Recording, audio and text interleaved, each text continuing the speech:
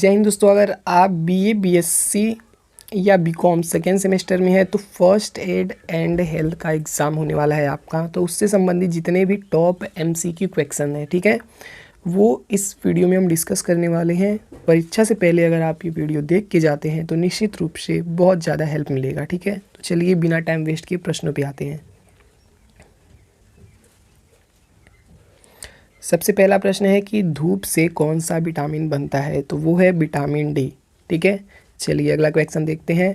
ये ऐसे प्रश्न हैं दोस्तों जो परीक्षा में बार बार पूछे गए हैं। अगर आप ये सारे क्वेश्चंस देख लेते हैं तो बहुत ज़्यादा हेल्प मिलेगा आपको पेपर में। ठीक है, दूसरा क्वेश्चन है डायबिटीज़ के मरीज को किस तरह के भोजन से परहेज रखना चाहिए, तो वो है मिठाई। ठीक है, चलिए अगला क्वेश्चन देखते हैं।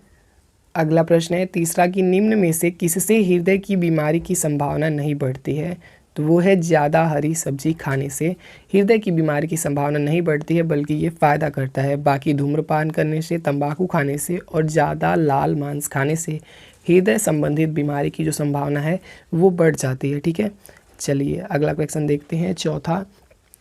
चौथा क्वेश्चन है कि निमोनिया कौन से अंग को प्रभावित करता है, तो जो निमोनिया होता है ना दोस्तों, वो सीधा फेफड़े को प्रभावित करता है। ऑप्शन ए फेफड़ा इज़ राइट आंसर।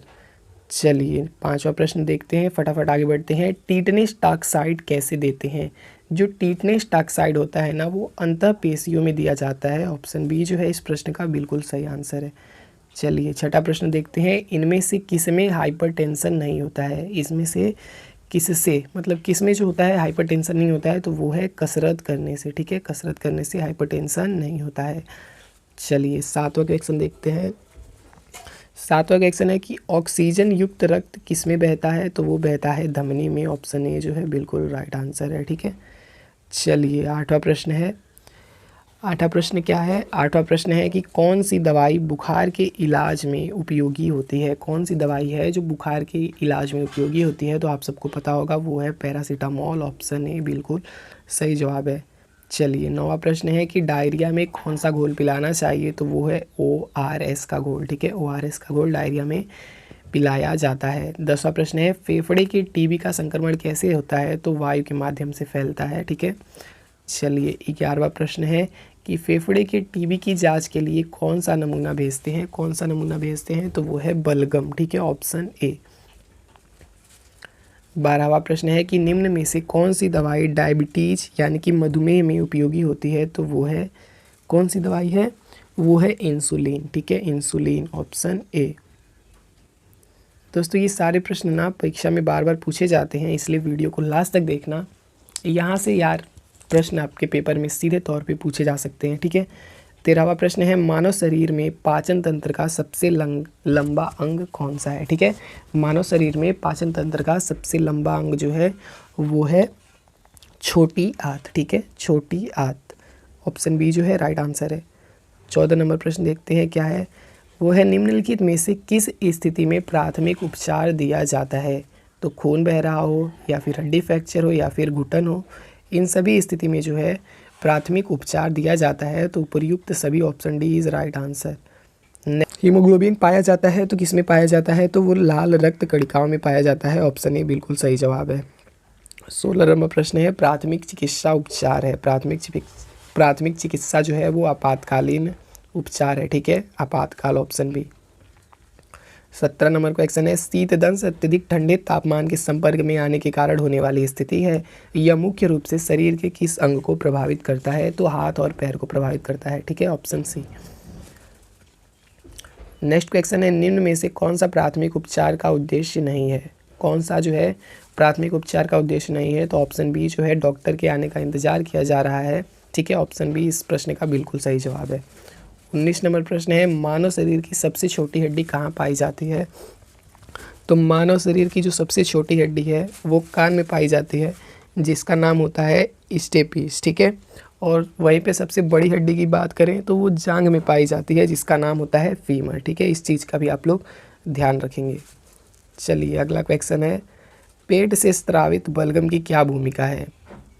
जो पेट से स्रावित बलगम है उसकी क्या भूमिका है, तो वो होती है पेट की परत की रक्षा करती है। Option A is right answer.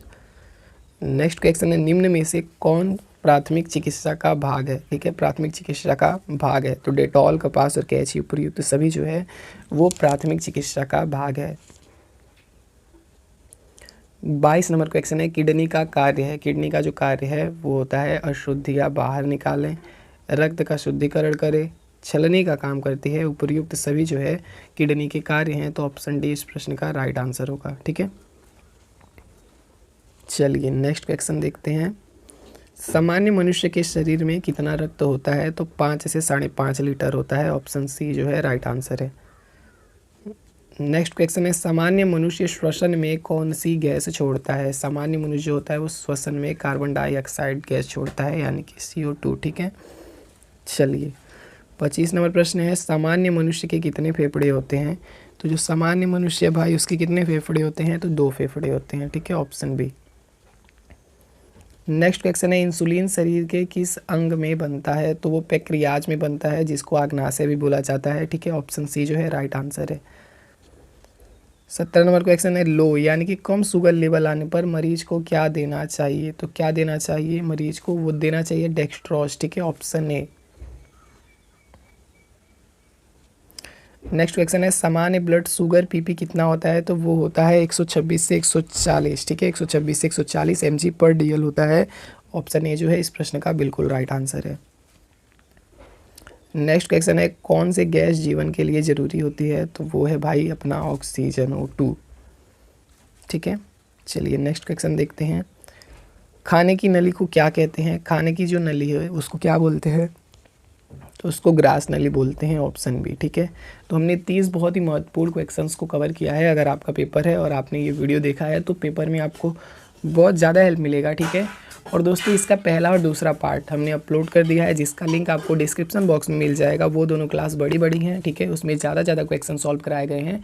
तो उसको आप लोग ज़रूर से ज़रूर देख के जाना, उसको मिस मत करना, ठीक है। होप करता हूँ वीडियो बहुत ज़्यादा यूज़फुल रहा होगा। और दोस्तों यार तबीयत थोड़ा ख़राब है, इसलिए आवाज़ प्रॉपर नहीं आ रही होगी, तो आप लोग मैनेज कर लेना, ठीक है। जल्दी में वीडियो अपलोड किए हैं तो ठीक है। ऑल द बेस्ट, पेपर दीजिए, मिलते हैं नेक्स्ट क्लास में। जय हिंद, वंदे मातरम।